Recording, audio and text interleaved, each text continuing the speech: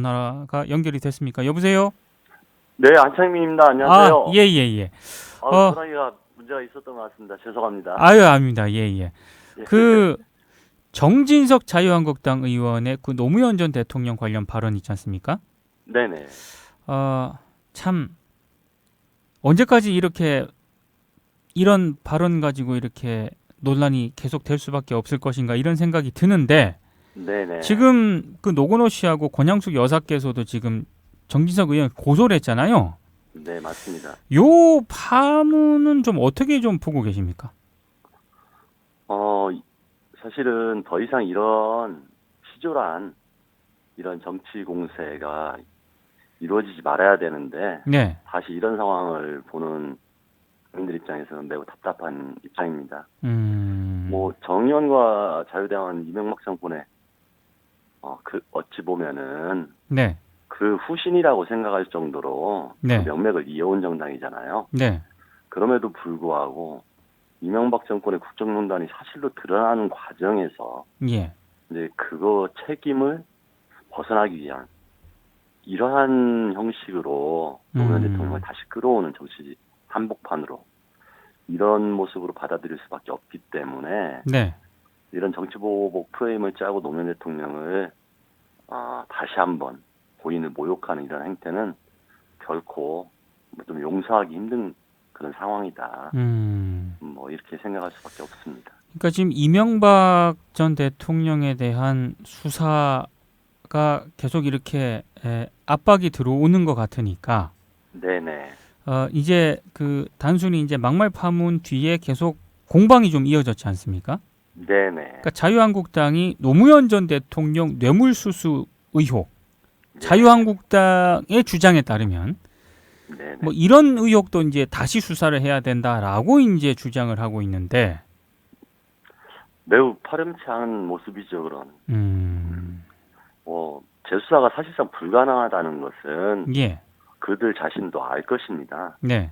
그럼에도 불구하고 끝까지 이런 프레임 전략을 짜서 네. 이참에 이명박 정부에 대한 어떤 수사를 물타기 하겠다는 예. 이런 의미가 아니면은 도저히 이런 식의 이야기가 나올 수가 없죠.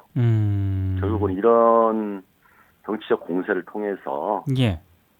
자신들이 바닥으로 추락해 있는 이 정치적 상황을 모면하고 수구 세력을 결집하겠다는 숙매 아닐까요? 오늘 그 홍준표 대표가 청와대 안 가잖아요. 예. 그 가서 이런 거 좀 뭐 독상 차려달라고 예. 떼쓰는 모습이라 예.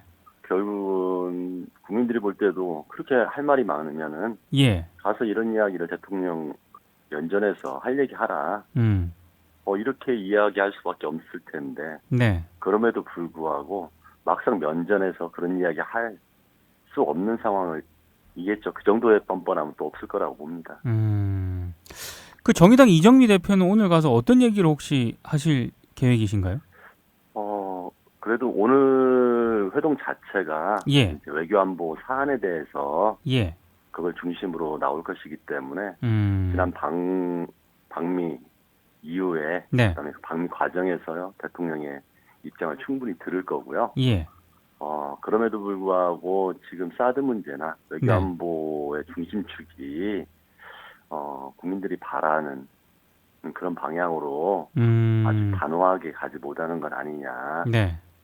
그래서 평화적인 북핵 문제 해결을 위해서는 예. 정부와 대통령이 더 굳건하게 외교안보의 역할을 해주십사 요청을 드릴 거고요. 네. 그 외교안보로 한정하진 않을 겁니다. 그래도 지금의 강대강 대결 때문에 예. 국내에서 개혁적인 현안들이 뒤로 밀리거나 이슈에서 네. 사라지는 부분들이 많이 있거든요. 네네. 특히나 촛불혁명의 과정에서 나왔던 정치적인 그다음에 경제적인 개혁 과제들 그중에서 특히 정치개혁 과제인 선거제도 개혁이나 네. 그다음에 민생 의제들에 대해서 네. 정부에서 흔들림 없이 대통령의 공약을 좀 지켜나갔으면 좋겠다. 이런 말씀도 아마 함께 하시지 않을까 이렇게 보고 있습니다. 아무래도 홍준표 대표 같은 경우에는 와서 본인들의 주장이 다른 야당 대표들한테도 별로 안 먹힐 것 같으니까. 그렇죠. 거기에서 그런 식의 이야기를 하고 외교안보 관련한 사안뿐만 아니라 지금 자신들의 그 파렴치한 행태에 대해서 예. 국민들 앞에서 나서서 이야기하기는 아무리 뻔뻔하고 후한무치하다 하더라도 네. 그 정도까지는 어렵겠죠. 아예 자리를 피하는 게 그다음에 자신들이 n분의 1로 가가지고 네. 대통령 앞에 서는 것 자체도 원하지 않는 상황이라고 보고 있습니다. 알겠습니다. 아니 근데 지금 이명박 정부 시절 때 이런 문제점들이 요즘 굉장히 좀 핫하게 막 터져 나오고 있는데요. 네네, 그렇죠. 짐작은 했었는데 이명박 정부는 정말 국정원이 깨알같이 사찰을 뭐 전 사회에 걸쳐 가지고 한 것 같습니다. 지금 뭐 원세훈 전 국정원장 계속직 검찰에 소환이 되고 있는 그런 상황인데 예. 이명박 전 대통령 때 국정원은 정말 깨알같이 사찰을 했는데 이거 지금 어떻게 좀 보고 계신가요? 정말 까면 깔수록 더 문제가 심각하다. 예. 이렇게 볼 수밖에 없는 상황이고요. 예. 누가 표현을 했더라고요. 파면 팔수록 나오는 더러운 쓰레기 우물이다. 네네. 저도 그렇게 동의를 하고요. 예.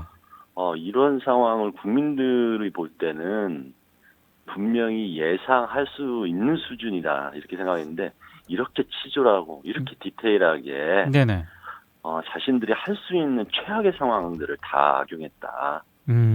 이런 면에서는 진짜 꼼꼼한 대통령의 성격이 국정원을 파괴하는데 그다음에 국민들의 민주주의를 파괴하고 삶을 파괴하는데 네. 최대한 활용됐다. 이런 점에서 앞으로 지금 이 상황이 그 박근혜 정권은 너무 다 공사구분을 못하는 예. 참 어이없는 상황이었지만 예. 이명박 정권은 훨씬 더 교활하게 그다음에 치밀하게 어떻게 국민들을 속여갖고 악용했는지 점점 더 확인할 수 있는 시간들이 올 것 같습니다. 근데 이게 저는 이 지금 이명박 정부 사찰 이런 파문을 보면서 네네. 보통 이런 게 그 국민들의 지지를 못 받거나 네. 개인과의 관계에서도 그렇지 않습니까? 자신 없는 사람들이 꼭 이런 사찰 이런 걸 많이 하잖아요. 그렇죠. 예. 군사 정권이 정보기관 동원해서 막 그렇게 억압하고 사찰한 것도 본인들이 정당성이 없으니까 그랬던 거 아닙니까? 네네. 근데 이명박 전 대통령은 압도적인 그 표 차이로 대통령이 당선이 된 대통령인데 네. 왜 이렇게까지 했던 걸까요, 대체? 저는 그 지점이 약간의 자격지심, 스스로에 대한 자격지심의 발로 아닌가 이렇게 좀 생각을 해보고 있거든요. 아하. 노무현 대통령이나 민주정부에 대해서 네. 자신이 어찌 보면은 정말 돈밖에 모르는 파렴치한 장사치였음을 확인하는 과정이라고 생각합니다. 아하. 네. 그렇기 때문에 촛불 국면에서 예. 그 이후에 노무현 대통령과 그 주변 그다음에 야당 정권에 대해서 어찌 됐든 자신들의 치부나 자신들의 과오나 자신들의 능력 부족이 조금이라도 밝혀지는 것들에 대해서 네. 더욱더 치졸한 방식으로 정치적 탄압이 이루어졌다고 보고 있고요. 네. 스스로에 대해서 자존감이 없는 사람의 특징이라 네. 저는 이렇게 보고 있습니다. 근데 지금 이 정도 상황이 불거지고 파문이 확산이 됐으면 이명박 전 대통령이 국민들 앞에 직접 해명을 해야 되는 게 저는 순서라고 보는데 정상적인 사람이라면 당연히 그랬어야죠. 근데 아직까지 입장을 안 밝히고 있거든요. 근데 조만간 뭐 밝힐 거다 이런 보도만 나오고 있는데 네, 한창민 부대표께서 보시기에 만약에 입장을 밝힌다면 어떤 입장을 밝힐 걸로 예상이 되고 있습니까? 그 입장 이야기를 하니까 예전에 좀 우리 국민들이 많이 익숙한 이것이 다 거짓말인 거 아시죠? 외쳤던 근데 저는 그 장면이 다시 생각나지 않을까.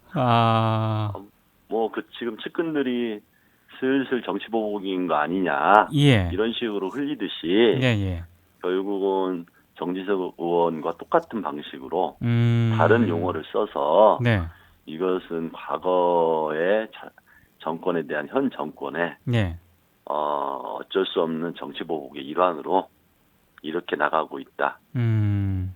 도대체 이게 말이 되느냐, 네. 뭐 이런 식으로 또 스스로는 억울함을 표출하는 방식, 그 다음에 또 다른 억울한 듯한 뭐 또 다른 분노의 형식, 예. 이렇게 나오지 않을까. 아, 뭐 상식적인 차원의 상식적인 차원으로 받아들이기 힘든 또 다른 장면들이 국민들한테 보여질까 두렵습니다. 아, 이거 다 정치 공작인 거 아시죠? 뭐 예, 맞습니다.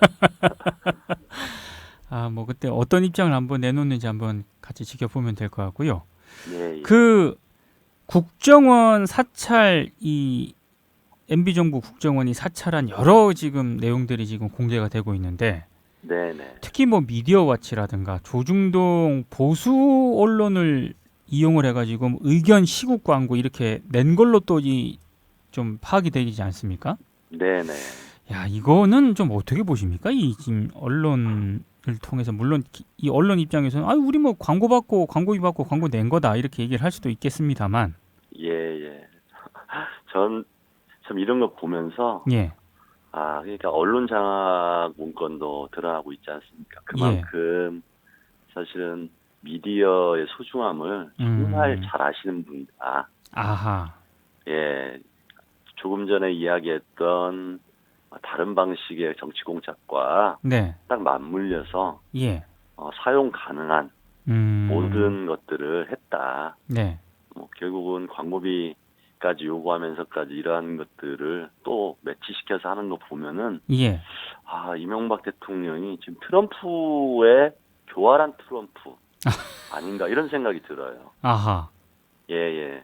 그러니까 꼼꼼하신 분인데 네, 그러한 것들이 매우 다양한 방면에서 치밀하게 계획되고 실천해왔다. 네, 그 미디어워치의 우리 변희재 대표 보면은 참 희한하게 자신의 삶을 걸어가고 있다 이렇게 봤는데 아하, 딱 뭐 형제의 모습처럼 보입니다. 미디어처럼. 이명박 정권의 국정원. 예. 네. 아무튼 참 어찌 보면 그 비판적인 언론은 참 사찰까지 하면서 탄압을 하고, 그렇죠. 이명박 정부가 봤을 때 우호적인 언론은 이런 식으로 또 우회 지원 뭐 이런 것도 해주고. 예. 그러니까 언론파 또 블랙리스트를 실천하신 분인 거죠. 알겠습니다. 이런 부분에 대해서 대통령이 이렇게 해도 되는 것인가? 물론 아직까지는 이명박 전 대통령이 확연히 했다 뭐 이런 거는 좀 조사를 해봐야 알 것 같지만 저는 조사 안 해도 다 국민들 알 거라고 봅니다. 그러니까 지금 정황들이 지금 계속 그 지목을 하고 있는 거 아니겠습니까? 그죠? 그렇죠. 빠져나가려고 하더라도 예. 더 이상 그 꼼꼼한 꼼수를 부리는 이명박 대통령도 네. 결국 빠져나가지는 못할 정도로 의외로 너무 많은 곳을 헤집고 다녔다. 저는 그래서 이것은 박근혜 대통령만큼이나 네. 이 국정농단 그다음에 권력을 악용한 사례는 네. 법적 책임으로 반드시 물어야 된다. 그리고 물을 수밖에 없다 이렇게 생각을 하고 있습니다. 알겠습니다. 연휴 때는 어디 가십니까?